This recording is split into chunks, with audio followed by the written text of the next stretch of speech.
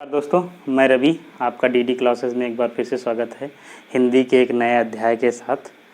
जैसे कि दोस्तों इस समय अनलॉक चल रहा है और आपको काफ़ी टाइम ही मिल रहा होगा पढ़ने के लिए, तो प्लीज़ आप लोग मन से पढ़ाई करिए और आगामी परीक्षाओं में और आप अपने आप को ये करके दिखाइए कि हमें 100% सफलता लानी है।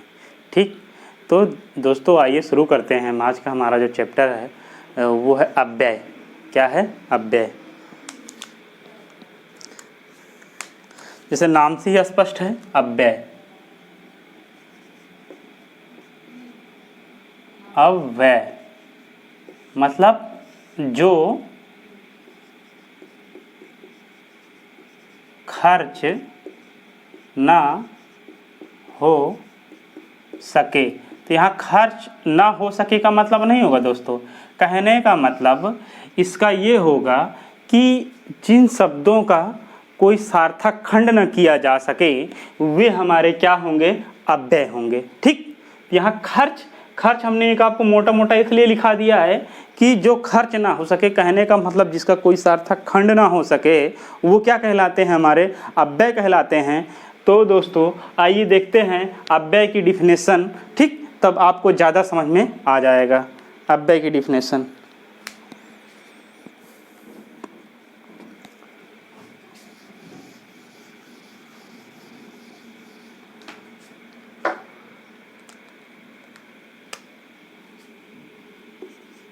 जिन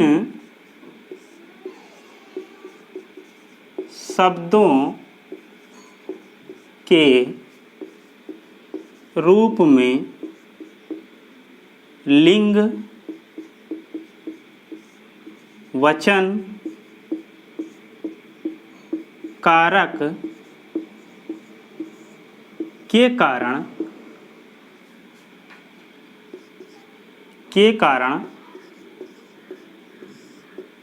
कोई विकार ना उत्पन्न हो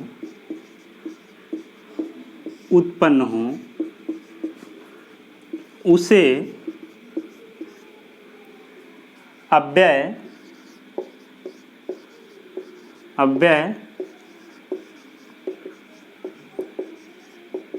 कहते हैं।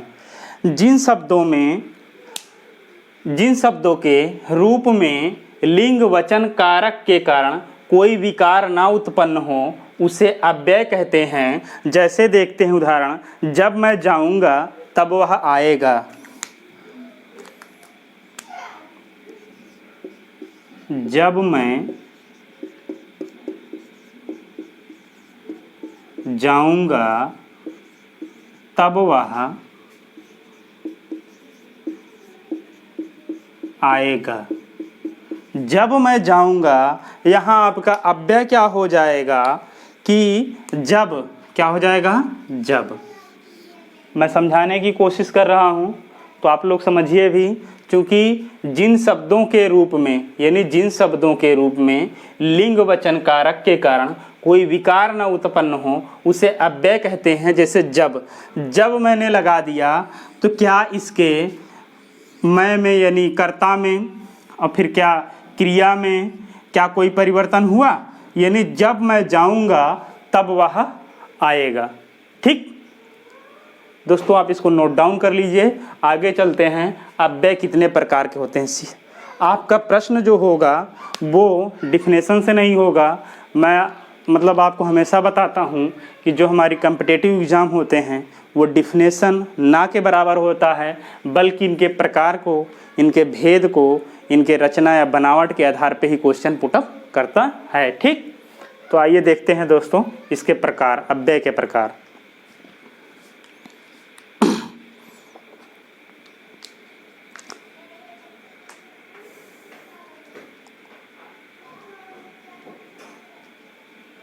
ठीक, आइए देखते हैं।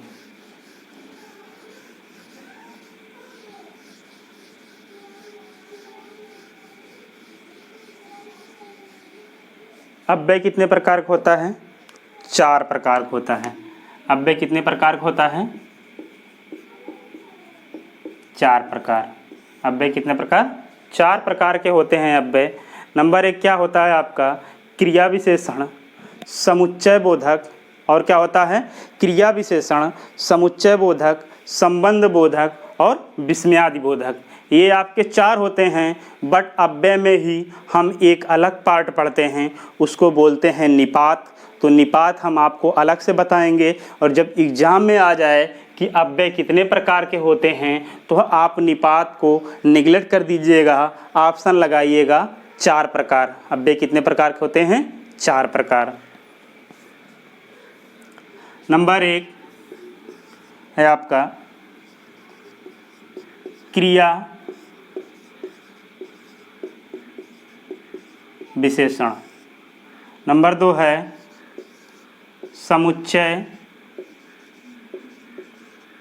समुच्चय बोधक। नंबर 3 है संबंध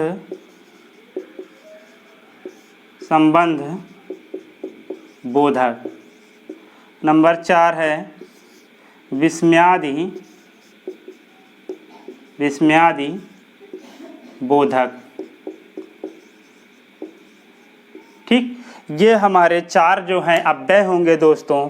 एक हमारा इसका एक अलग पार्ट होगा, वो होगा निपात, वो हम आपको अलग से बताएंगे। चूँकि अव्यय काफ़ी लॉन्ग पोर्शन है तो कम से कम 1 से 2 वीडियो तो बनेगा ही। चूँकि अभी क्रिया विशेषण ही पढ़ाएंगे तो आपको क्रिया विशेषण के 4 पार्ट होते हैं, समुच्चय के कई पार्ट होते हैं, संबंध बोधक के भी कई पार्ट होते हैं, और विस्मयादि के निपात के लेकिन कोई पार्ट नहीं होता है। इसमें जो है ये मतलब 2 4 6 ऐसे शब्द होते हैं, यदि अगर उसमें जोड़ दे के कहा जाएगा कि जैसे मुझे आज ही घर जाना है, तो ही मैं पर ये शब्द यदि रहेगा उस वाक्य में, जैसे मुझे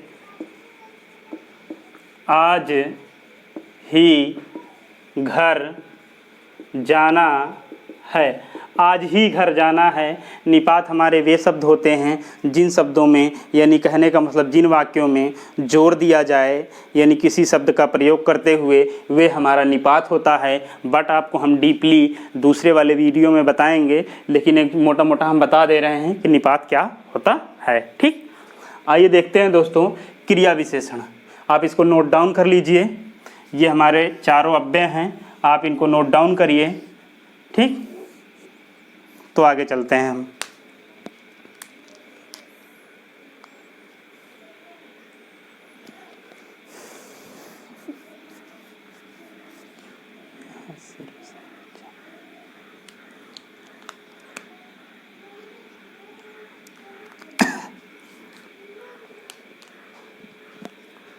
आशा करता हूं कि आप नोट कर लिए होंगे। अब चलते हैं क्रिया विशेषण।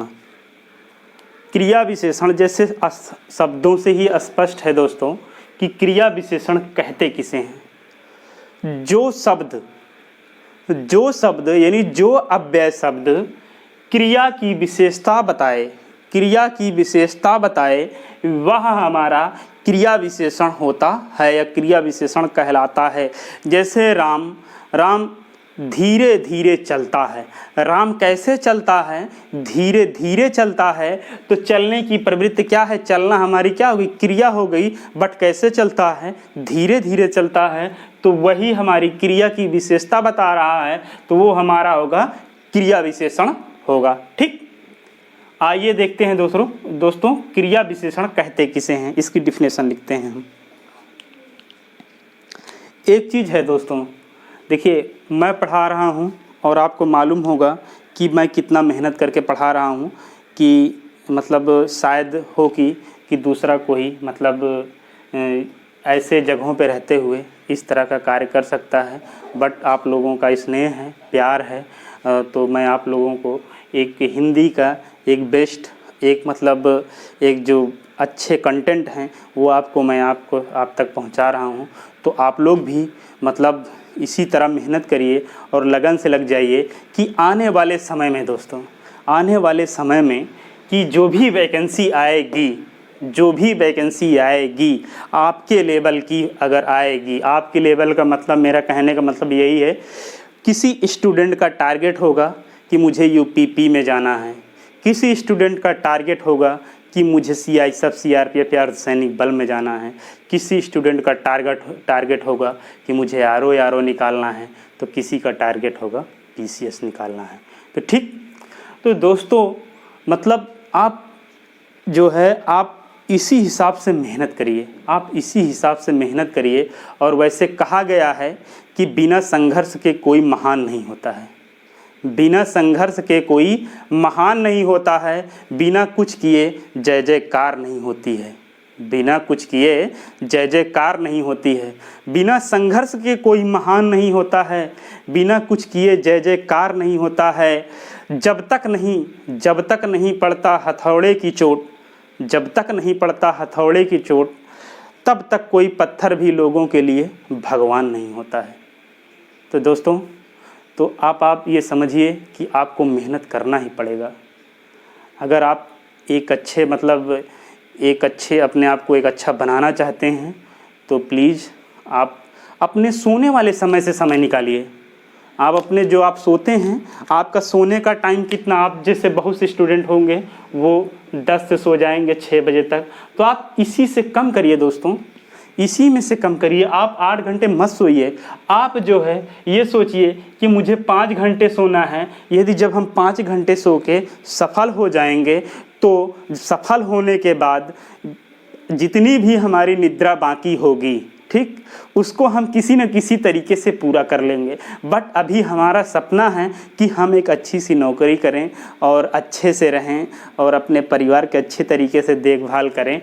तो दोस्तों, तो आप कोशिश करिए कि आप सोइए कम।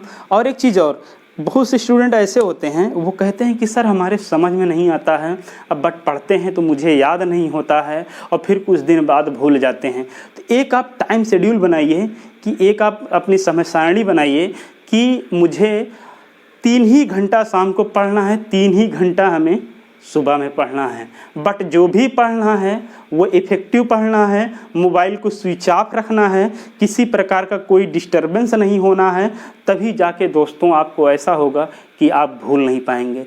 यदि आपके बगल में मोबाइल है, मैसेज भी आता है, व्हाट्सएप भी आता है, टिंग से जहाँ हुआ मन में लगा कि जैसे कोई घंटी बज गई, टिक से हमारा क्या होता है, मन कहाँ चला जाता है, हम सीधे कहाँ चले जाते हैं, हम भी यार देखते हैं किसी मैसेज तो नहीं आया किसी का।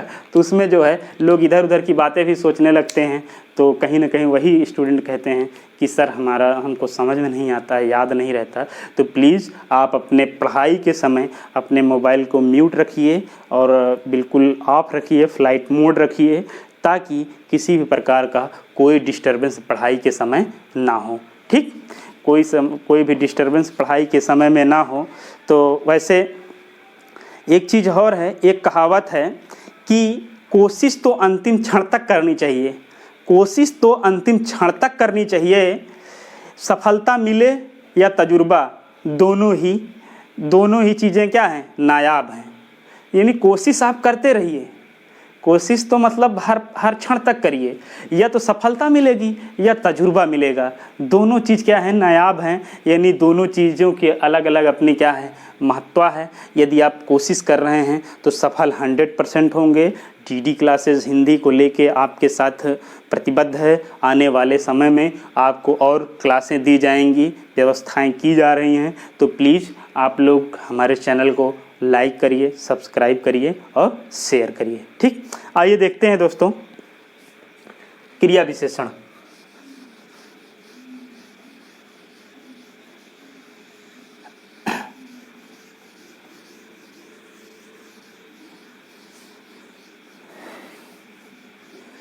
क्रिया विशेषण की बात करते हैं।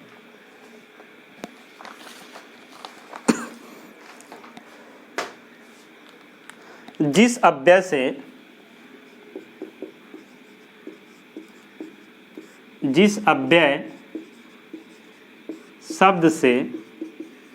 शब्द से क्रिया की विशेषता बताई जाए, वह क्रिया विशेषण कहलाता ठीक, क्रिया विशेषण कहलाता है। यानी जिस अव्यय शब्द से क्रिया की विशेषता बताई जाए वह क्रिया विशेषण कहलाता है। आइए इसके उदाहरण देखते हैं, आपको बिल्कुल स्पष्ट समझ में आएगा।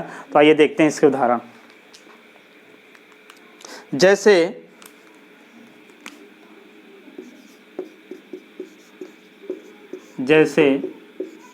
राम धीरे धीरे पढ़ता है। देखिए दोस्तों, एकदम स्पष्ट है, आपको उदाहरण से बिल्कुल स्पष्ट है। क्योंकि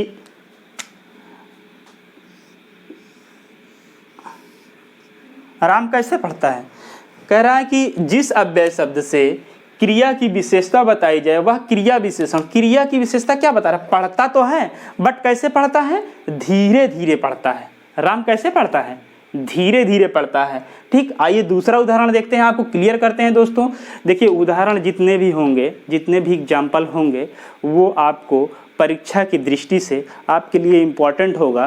क्योंकि आप जितने उदाहरण करेंगे उतने तरीके से आपके क्वेश्चन सामने आएंगे और आपको ज़्यादा अच्छा समझ में आएगा, एक अच्छा आपको कंटेंट मिलेगा। ठीक, तो आप बोर बिल्कुल मत होइए। आइए देखते हैं इसका दूसरा उदाहरण जो है, जैसे है कि आप कब आए, आप कब आए, आप कब आए। ठीक, देखिए आना तो है, आना क्या हो गई, मतलब आप आ गए, क्रिया है। ठीक, आना जाना, ठीक, सोना पढ़ना, आना तो आ तो गए आप, लेकिन कब आए, ये भी इसकी क्या है, क्रिया की एक विशेषता है, कब आए। तो ये भी क्या होगा हमारा एक, ये भी हमारा क्या होगा, क्रिया विशेषण अव्यय होगा। ठीक, तो आइए अगला देखते हैं दोस्तों। उसके पास अच्छी पुस्तकें पर्याप्त हैं, उसके पास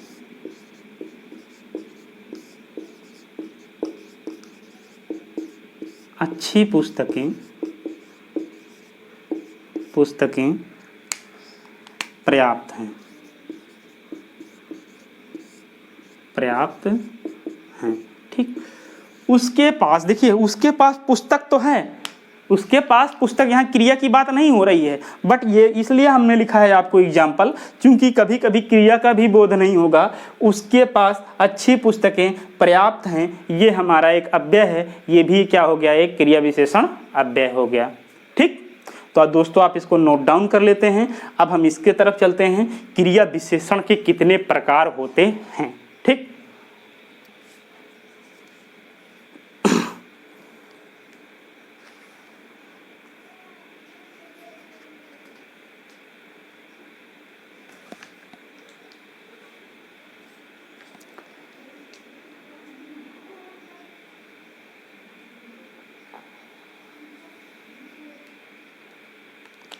चलिए आप लोग लिख लिए होंगे।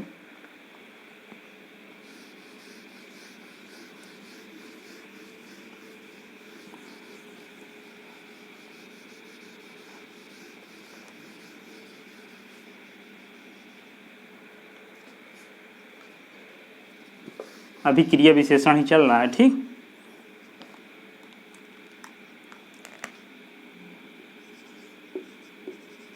अर्थ के आधार पर क्रिया विशेषण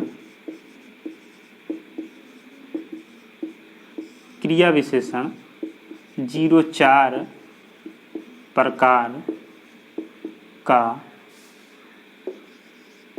होता है। ठीक, अर्थ के आधार पर क्रिया विशेषण 04 प्रकार का होता है। तो आइए देखते हैं दोस्तों, पहला जो है वो क्या है हमारा। ठीक, पहला है स्थानवाचक, स्थानवाचक। दूसरा है कालवाचक। तीसरा है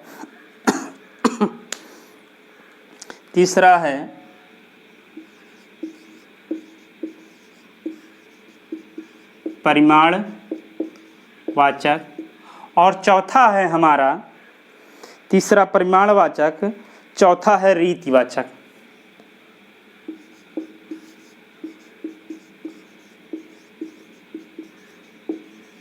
ठीक दोस्तों, तो ये है हमारा अर्थ के आधार पर क्रिया विशेषण 4 प्रकार का होता है। एक स्थानवाचक, दूसरा परिमाणवाचक, तीसरा रीतिवाचक, चौथा कालवाचक। अब देखिए, नाम से ही आपको मैं स्पष्ट कर दूंगा, और आप मतलब मैं ये हमेशा ये कहता हूँ कि आप भूल नहीं पाओगे। नाम से ही स्थानवाचक, स्थानवाचक ऊपर, नीचे, दाएं, बाएं,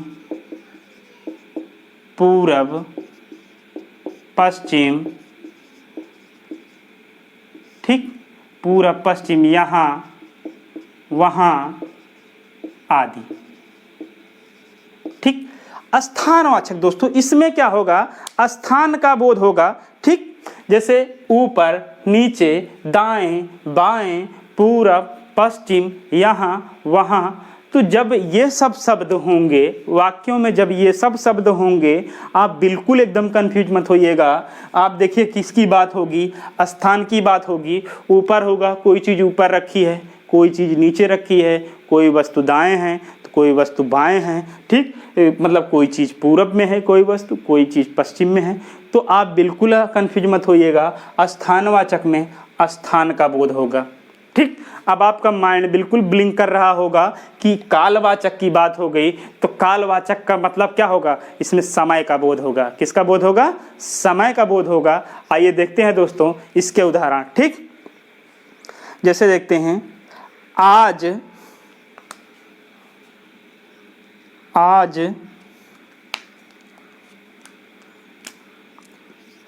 आज, अब तक, कब तक, निरंतर, या आप लिख लगातार, आदि। ठीक, इसमें क्या बोध होगा, इस वाक्यों में क्या बोध होगा, कालवाचक में आज, अब तक, कब तक, निरंतर, लगातार, आदि। ठीक, अब आपके मन में ये भी आया होगा कि जब मैं आपको बता रहा था परिमाणवाचक, जब विशेषण में मैं आपको बता रहा था निश्चित परिमाण, अनिश्चित परिमाण, तो वहाँ भी हमने बताया था परिमाण मतलब क्या होता है, नाप तौल वाली वस्तु, चाहे वो ठोस में होगी चाहे वो द्रव्य में होगी। ठीक, तो आइए देखते हैं दोस्तों इसके उदाहरण परिमाणवाचक के, जैसे अधिक, बहुत, खूब, अतिशय। बहुत, खूब, अतिशय, अत्यधिक, ज़्यादा, कुछ भी लिख सकते हो, ढेर। मतलब इसमें निश्चित भी होगा, 1 किलो 2 किलो कुछ भी हो जाए, एनीबडी, यानी जहाँ हमारी नाप तौल वाली चीज़ें आ गई, लंबाई वाली भी चीज़ें आ गई, 2 मीटर 3 मीटर 4 मीटर, ठीक, 1.25 मीटर, कुछ भी बातें होंगी, वो हमारा क्या होगा, एक क्या होगा, परिमाणवाचक, मतलब परिमाणवाचक क्रिया विशेषण अव्यय होगा। ठीक, आशा करता हूँ आपको अच्छे से समझ में आ। अब रीतिवाचक, रीति मतलब क्या कहते हैं, रीति रिवाज। कह रहे ना कि ऐसे, यार वो लोग तो ऐसे ही हैं, वो लोग वैसे ही हैं। ठीक, तो ये क्या हुआ, ऐसे वैसे जैसे, ये सब हमारी क्या हुई, रीतियां हुई दोस्तों। ये सब क्या हुई, हमारी रीति हुई। ठीक, तो आइए देखते हैं इसके उदाहरण रीतिवाचक के, जैसे ऐसे वैसे, अवश्य, कदाचित, ऐसे वैसे, अवश्य, कदाचित। और एक आध उदाहरण देख लेते हैं, ऐसे अवैसे, कदाचित, हाँ ठीक क्यों, हाँ ठीक क्यों, आदि। ठीक, तो दोस्तों अव्यय 4 प्रकार के होते हैं हमने बताया, आप इसको नोट डाउन कर लीजिए अपने नोटबुक में अच्छे से और इन उदाहरणों को देख लीजिए। और जैसे आप स्थानवाचक देखेंगे, वाक्य पढ़ेंगे, वाक्य को देखेंगे, आप तुरंत जान जाएंगे कि इसमें स्थान की बात हो रही है तो स्थानवाचक, कालवाचक में समय होगा, परिमाणवाचक में नाप तौल या मतलब जो ज़्यादा कम वाली वस्तु होगी, रीतिवाचक में ऐसे वैसे अवश्य कदाचित ठीक क्यों आदि होगा। ठीक, तो दोस्तों ये हमारा अव्यय जो है ये पार्ट 1 बनेगा। क्या बनेगा? पार्ट 1 बनेगा। ठीक, चूँकि अव्यय यदि हम एक वीडियो में समाप्त करते हैं तो हम आपसे बता रहे हैं, बार बार कहते हैं, मैं आपसे धोखा नहीं करना चाहता हूँ और ना धोखा करूँगा। यदि आपको मैं यही अगर चारों लिख के बता देता कि चारों अव्यय होते हैं, इन चारों के उदाहरण ये हैं, तो कहीं ना कहीं मैं ऐसा सोच भी नहीं सकता हूँ। मैं तो अपने साथ धोखा करता प्लस आप लोगों के भविष्य के साथ धोखा करता, बट मैं ऐसे करने वाला नहीं हूँ। ये पार्ट 1 है, आगे आप पार्ट 2 आएगा, पार्ट 3 आएगा। कोशिश हम करेंगे कि पार्ट 3 तक ही समाप्त हो जाए। तो दोस्तों आप इसको नोट डाउन करिए और अब हमको दीजिए इजाज़त। जय हिंद, जय भारत।